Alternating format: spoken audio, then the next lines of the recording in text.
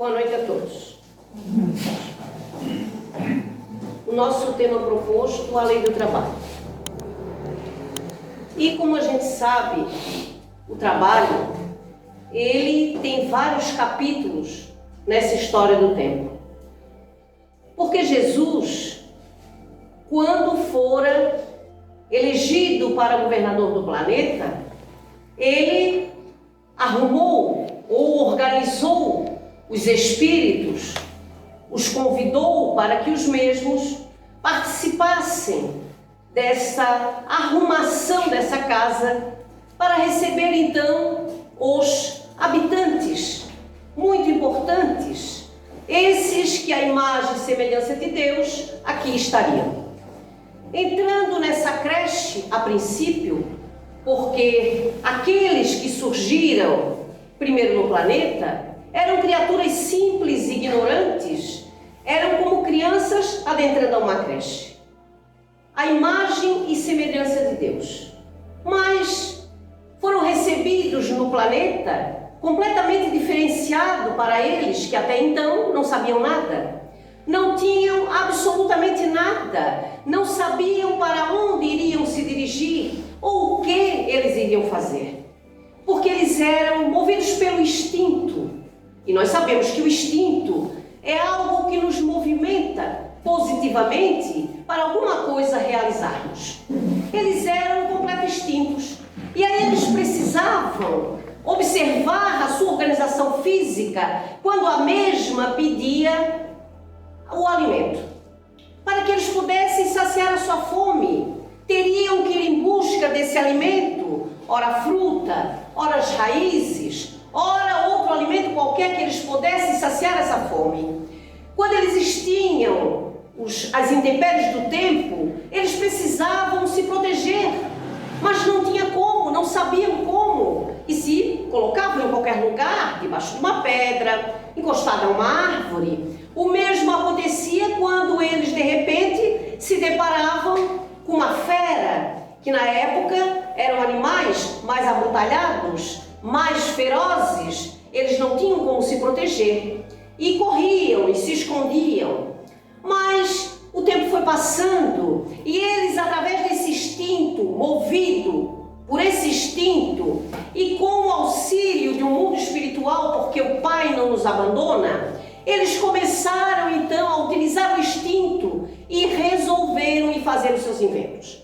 E fizeram vários inventos, a lasca de pedra, fizeram a fogueira, a descoberta do fogo, que foi muito importante, porque através do fogo eles perceberam que eles não tinham só aquele aquecimento para o corpo, que eles também tinham um sistema de proteção, porque com o fogo as feras não se aproximariam. Descobriram que esse fogo traria um sabor diferente aos alimentos. E aí o homem foi se desenvolvendo, foi recebendo as suas intuições e foi melhorando a sua vida. E quanto mais ele aumentava as suas necessidades ali no planeta, mais ele tinha que trabalhar. Então toda a movimentação que fora feita no planeta até então, podemos definir como trabalho. E aí vieram mais capítulos do trabalho. Chegamos na idade medieval, aquela idade onde aqueles que muito tinham financeiramente também tinham um poder. Quem tinha mais dinheiro tinha poder. Não é muito diferente de hoje. Mas naquela época, aqueles que tinham um poder a mais e uma situação financeira muito melhor, não queriam fazer nada, porque eles já tinham tudo, eles não precisavam trabalhar. Mas teria que ter alguém que fosse fazer o serviço para eles. Ora, o serviço da casa, o serviço do cuidado de criança, na cozinha, tinha que haver alguém que fizesse. E aí então eles resolveram buscar um daqueles seus funcionários, também da sua elite, para que eles fossem até as cidades, convocar pessoas que pudessem vir trabalhar para eles, fazer todo tipo de serviço, de preferência, pessoas jovens e fortes, porque tinha todo tipo de serviço, então teria que ter pessoas fortes para trabalharem. E aí o destinado iam pelas cidades em busca de pessoas para trabalhar. Aqueles que iam trabalhar com ele fazer todos os serviços, portanto, muito serviço, muita carga horária e todas as espécies ali para ser trabalhado. Então, eles buscavam aqueles que não tinham condições nenhuma de pagar os impostos para aquele reinado, para aquele poderoso. Então, como eles não tinham dinheiro para pagar os impostos, eles trabalhavam em troca daquilo que eles teriam que pagar. E aí eles foram envolvidos nesse trabalho e lá chegaram e eles disseram: vocês vão receber um salário, o justo pelo trabalho que vocês executaram. E eles ficaram satisfeitos. Mas o que acontecia? Eles teriam um lugar para dormir, eles teriam roupas, eles teriam um lugar aquecido, eles teriam alimentação para ele, para a sua família. Então, o que eles iriam receber? Nada. Eles não teriam mais nada para receber, porque aquele que estava pagando também iria cobrar toda essa moradia e essa alimentação. Então, eles não recebiam nada. E foi ali que começou o tal trabalho escravo, que a gente depois foi conhecendo ao longo da história lá no colégio. O trabalho escravo. Pessoas que eram destinadas a trabalhar muito para o seu patrão, para o seu senhor, em troca de locais para ficar e para se alimentar. Mas esse trabalho escravo, ele era muito penoso. Porque imaginamos, tudo que acontecesse de ruim naquele período, a culpa era do escravo. Ou era daquele que ali trabalhava. Tudo a culpa era dele. Se dava uma tempestade que levava toda aquela lavoura, a culpa era daquele escravo. Se vinha uma peste e dizimava as cabeças de gado, a culpa era daquele escravo.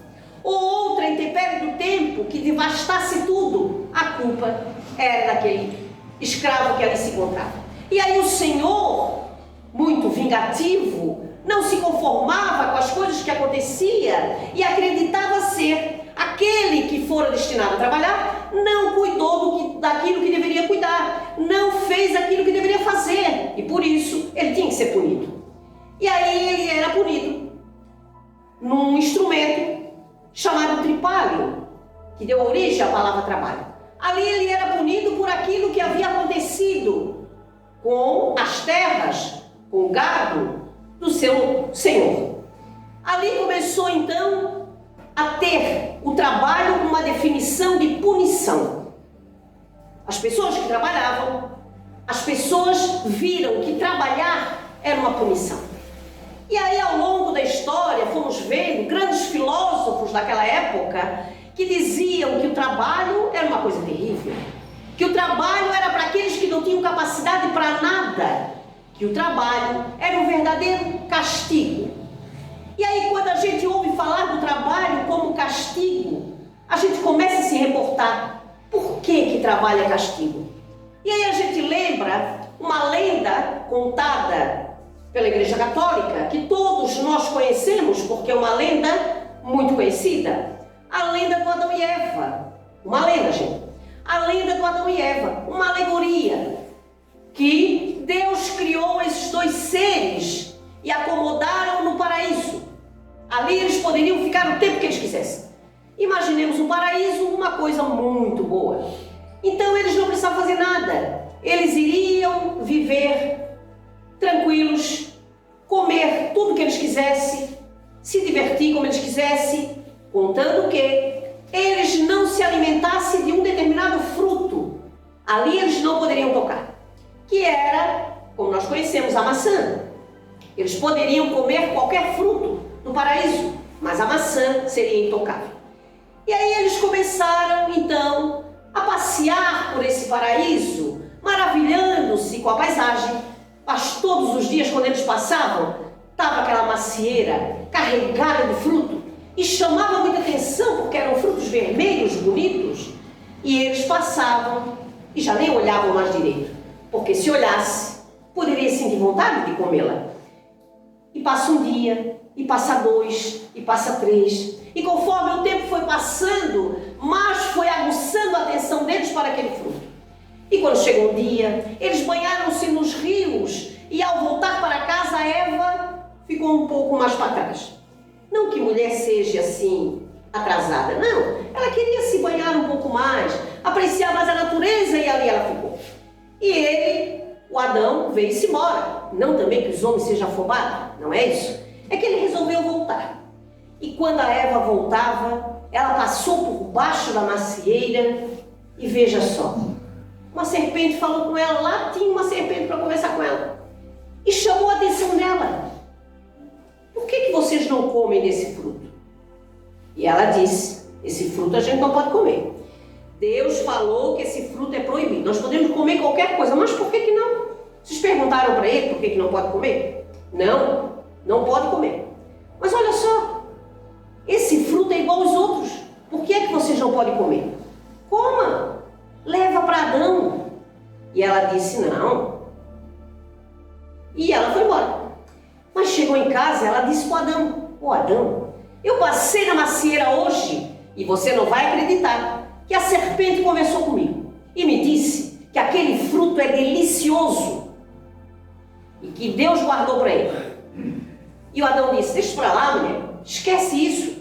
Olha, pensa no que Deus falou. Mas olha só, Adão, Deus não está vendo. A gente vai lá, tira umzinho só tentando, vai tirar um, Deus não vai sentir falta. A gente come, sabe o sabor que tem e deu, acabou. Não, mulher, eu não vou. E ela, vamos. E aí ela conseguiu convencê-lo de que não tinha nada de mais, que eles poderiam comer. Audaciosa. E ele foi. Ele também foi. E lá eles apanharam o fruto e deram uma mordida. E no momento em que eles deram essa mordida, o tempo já fechou. Se formou uma trovoada e relâmpagos. Deus estava enfurecido. E aí Deus chegou e disse para eles, vocês são filhos desobedientes. Vocês comeram do fruto proibido. Então agora, vocês estão expulsos do paraíso, vocês vão embora. Podem ir embora e vão ganhar a vida com o suor do rosto de vocês. E aí se convencionou, com essa alegoria, de que o trabalho podia ser também castigo. Punição, castigo, por conta dessa lenda de Adão e Eva.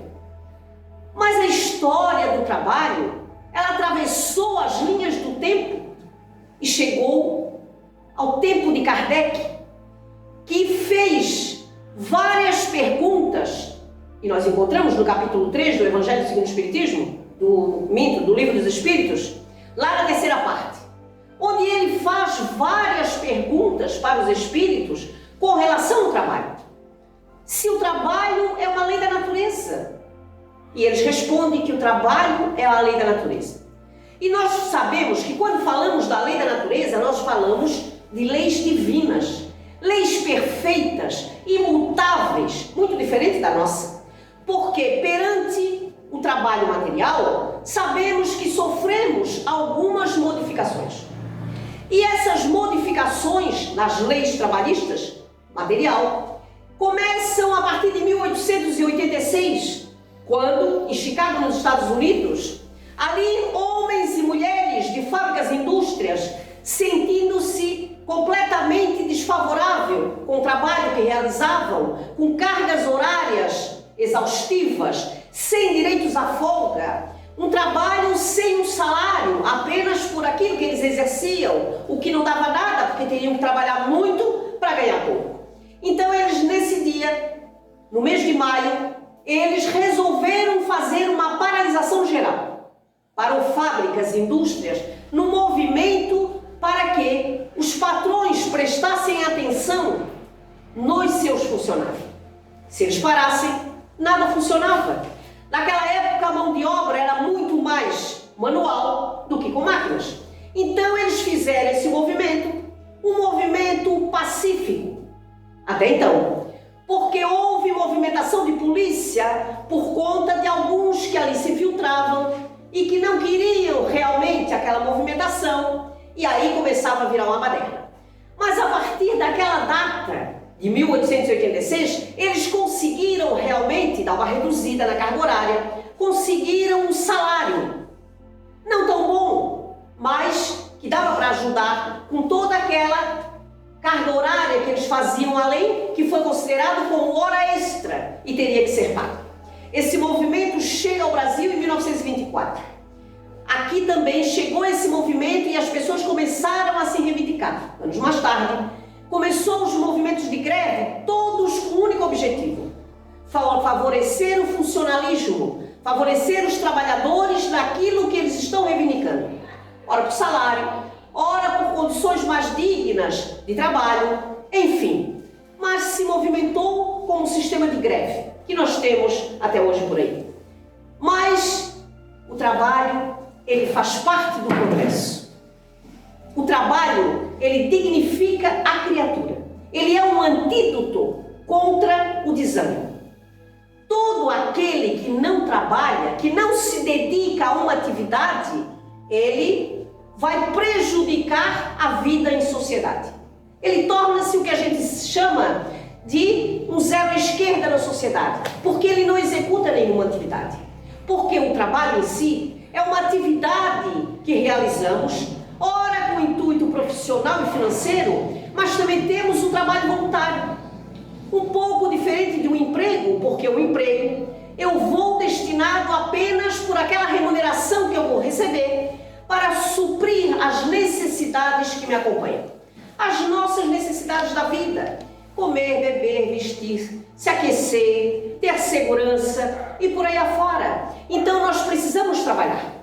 E aí a gente pode parar para pensar que esse trabalho faz parte da natureza. Então nós trabalhamos, o que não tem nada de anormal, porque nós temos que trabalhar para suprir as nossas necessidades. Mas aí a gente vai ver que os animais são privilegiados, porque eles não trabalham. Eles não trabalham.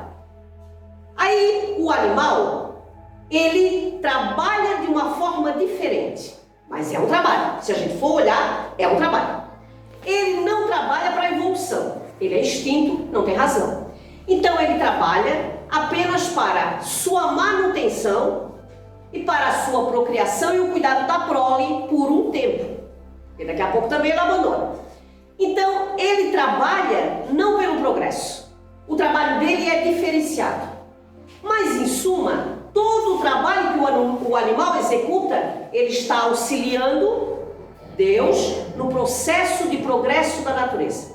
Ele também trabalha para auxiliar Deus no processo da natureza. Diferente de nós, porque o homem é o único ser capaz de modificar o seu ambiente, conforme a sua necessidade. Ele é o único capaz de transformar, de progredir, porque se não houvesse o progresso, nós estaríamos lá ainda, lá na creche, lá no início, porque o trabalho faz uma movimentação, tanto física, quanto moral e intelectual. Mas aí a gente vê que tem pessoas, e a gente vê isso aí, né, em reportagens e tudo, que elas têm muito dinheiro, muito. Elas têm uma vida, como se chama, abastada completamente. E eles não precisam trabalhar. Não precisam. Ou porque receberam uma grande herança, ou porque receberam um grande prêmio, ou porque fizeram algo que lhe deu um rendimento muito bom. E agora eles estão sem fazer nada. Eles não precisam suar a camisa para ter o sustento, para ter aquele salário no final do mês. Não, eles podem sentar, viajar, passear, fazer o que eles bem entendem. Eles podem, não podem? Podem. Eles são obrigados a trabalhar? Não. Se eles têm tudo e não precisam do trabalho, eles não precisam trabalhar. E aí a gente vai ver que do trabalho material, ele realmente não precisa. Se ele tem tudo, realmente, ele não precisa. Mas ele pode trabalhar intelectualmente, porque Deus nos dá a inteligência para que a gente possa auxiliar o progresso, nos ajudando e ajudando aqueles que estão ao nosso redor. Imaginemos que a pessoa não precisa ter o trabalho material para o seu sustento, para a sua necessidade, mas ela pode, através da sua inteligência, auxiliar a todos que estão ao seu redor, facilitando a vida daqueles que ali se encontram. Porque ele não precisa de dinheiro, ele poderá realizar um trabalho voluntário, auxiliando aqueles que ali se encontram, desenvolvendo, auxiliando no progresso. acompanha a nossa vida. Nós fazemos esse progresso, porque nós temos a inteligência, nós temos a razão, já sabemos definir o que é certo e o que é errado. Então nós fizemos parte desse movimento. Se nós formos observar tudo ao nosso redor, tudo é trabalho. Tudo ao nosso redor trabalho. E a gente recebe coisas importantes na nossa vida e não nos damos conta de que é um grande trabalho. Nós respiramos. É um trabalho do nosso pulmão. Precisamos disso. Mas a gente para todos os dias para agradecer a Deus o ar que eu respiro e o movimento do meu pulmão de expansão para que eu possa estar bem? A gente não faz. Nós somos muito relapsos, a gente não faz. Será que a gente agradece o alimento que a gente tem pelo movimento do trabalho de mastigação e digestão? A gente não faz. Porque a gente não considera isso trabalho. E aí a gente vai ver que trabalho não é só aquilo que a gente executa materialmente. Os espíritos trabalham incessantemente. Mas nós não nos damos conta. Não nos damos conta de apreciar a natureza e ver que aquilo houve um processo de trabalho. Então o trabalho faz parte da nossa vida. Ele é importante para a nossa vida, para o nosso progresso. E a gente precisa estar atento quanto a isso aí. Fazer as nossas reflexões. De ver aquilo que nós estamos elaborando. Aquilo que nós estamos participando de progresso para o nosso planeta. Auxiliando o máximo que dá. Se não precisarmos fazermos um serviço material, façamos um serviço voluntário. Porque estaremos ajudando. Quando a gente pensa que o trabalho não é importante, a gente se acomoda. Nos acomodamos. Trabalho não é tão importante assim. Se eu trabalhar o suficiente para me viver, já está bom. Eu já tenho casa, já tenho carro, já tenho isso, já tenho aquilo. Eu trabalho só por aquilo que eu preciso. É porque a gente não entende a importância do trabalho. E aí a gente pensa assim, tudo bem, a gente trabalha, Deus quer que a gente trabalhe, mas até onde eu posso trabalhar? Qual é o limite desse trabalho? Vou trabalhar a vida inteira? Me cansar a vida inteira? Tem um limite. Porque Deus, nas suas leis perfeitas, imutáveis, coloca aqui do lado do trabalho, da lei do trabalho, a lei do repouso. O repouso é algo muito importante na nossa vida para a recuperação da nossa força orgânica, do nosso corpo.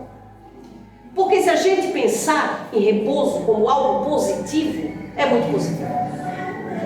Porque pensamos, se nós trabalharmos excessivamente, nós vamos entrar num processo de estresse e que vai nos causar outras fobias mais, como a depressão, pelo excesso de trabalho que executamos.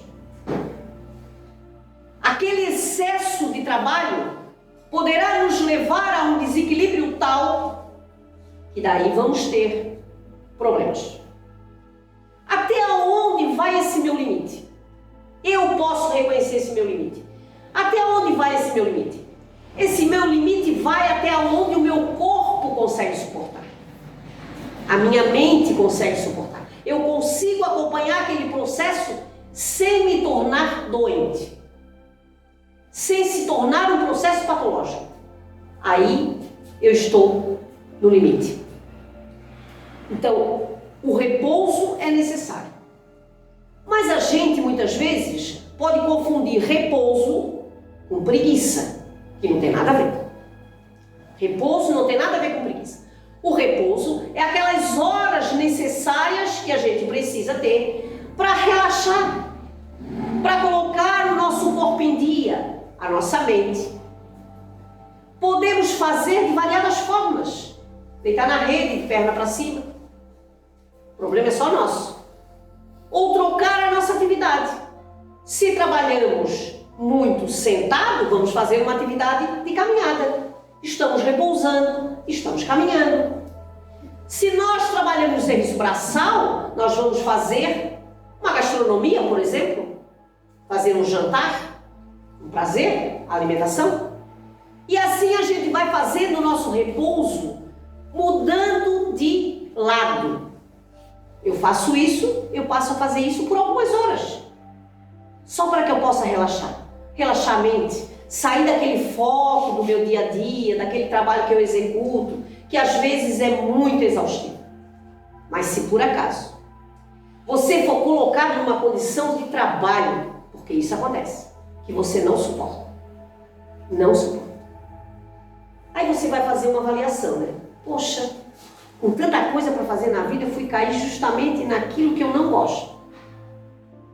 Nós temos as nossas provas a enfrentar, temos as nossas expiações, temos que progredir. O máximo que nós podemos fazer é tirar proveito daquela situação. Tira o proveito, porque é um aprendizado. Uma senhora fora trabalhar numa determinada empresa, mas ela não gostava do trabalho. Não gostava. Só que ela tinha as suas necessidades. Ela era viúva e precisava financeiramente daquele trabalho. Tinha filhos. E ela, quando entrou no ambiente, ela já pensou: eu não vou gostar daqui. Não é o que eu queria fazer, mas é o que eu tenho para agora. Eu vou pegar. E ela começou a trabalhar e a se envolver na empresa. Mas sempre com aquele pensamento: não suporto esse lugar. As pessoas até que dá, mas o lugar, o serviço que eu executo, eu não gosto de executar. Quando chegou um dia, de alguns anos já trabalhado, ela começou a pensar e ela disse: bom, pelo jeito daqui eu não vou sair. Eu vou ter que terminar os meus dias aqui. Então eu vou fazer diferente. Eu vou ter que fazer alguma coisa para movimentar a minha vida para isso aqui ficar melhor. Senão eu não vou conseguir chegar lá. Nunca pegou um atestado, nunca faltou. Todo mundo gostava dela, mas ela não gostava do setor. Então ela começou a fazer cursos. Um curso aqui, um curso ali. Toda oportunidade que a empresa ofereceu dela fazer alguma coisa, ela fez diferente. E daí ela era criticada ainda. Faz isso para não ficar aqui dentro. No começo ela ia para que não ficasse realmente ali dentro do setor. Mas depois ela começou a se adaptar fora com outros cursos. Ela se empolgou muito e começou a fazer curso. E aí quando ela estava lá no tempo dela, ela se aposentou. Se aposentou. Quando chegou para dar notícia lá para a chefia: estou me aposentando. Ninguém acreditou. Não, mas não pode. Assim, sim, já deu meu tempo. Eu vou embora. Ninguém fica lá quando já deu o seu tempo. Ninguém fica. Aí, principalmente se não gosta do lugar. Aí ela pegou, comunicou com as amigas: hoje é o último dia que eu falo com vocês. A partir de semana que vem eu não estou mais aqui. Mas não pode, nós vamos fazer uma festinha para ti. Não quero nada. Não quero nada. Então faz assim, quando completar um mês de aposentadoria, tu vem aqui e a gente faz comemoração. Daí ela assim: se nas férias eu nunca vim, jura que eu vou aparecer depois de aposentada? Nunca. Gosto das pessoas, mas nunca gostei do trabalho que eu executava. Mas ela fez um bom trabalho, porque tudo dentro do local ela aprendeu. Tudo ela conseguia fazer. Ensinou muita gente. Tirou o máximo de proveito da experiência, que aos olhos dela era negativo para ela, porque não gostava. Mas ajudou muita gente a se desenvolver. E saiu com um bom cartaz da empresa, que nem queriam que ela saísse. Então, às vezes, nós reclamamos do trabalho que a gente executa, mas a gente não para pensar que é uma grande oportunidade para que a gente venha se desenvolver e ajudar também no progresso daqueles que ali estão, na evolução daqueles que ali estão. Porque só em contato uns com os outros é que nós vamos nos adaptando e evoluindo. Nós evoluímos e vamos ajudar na evolução. Ninguém é colocado do lado do outro por acaso. Somos unidos por laços de afinidade. E se nos encontramos numa condição dessa, o máximo que nós podemos fazer é colaborar. é participar. Participar nesse progresso divino, nessa obra divina que nós estamos vivenciando. Então, eu agradeço a todos pelo silêncio, agradeço também a casa ali pelo convite. Boa noite para vocês e muito obrigada.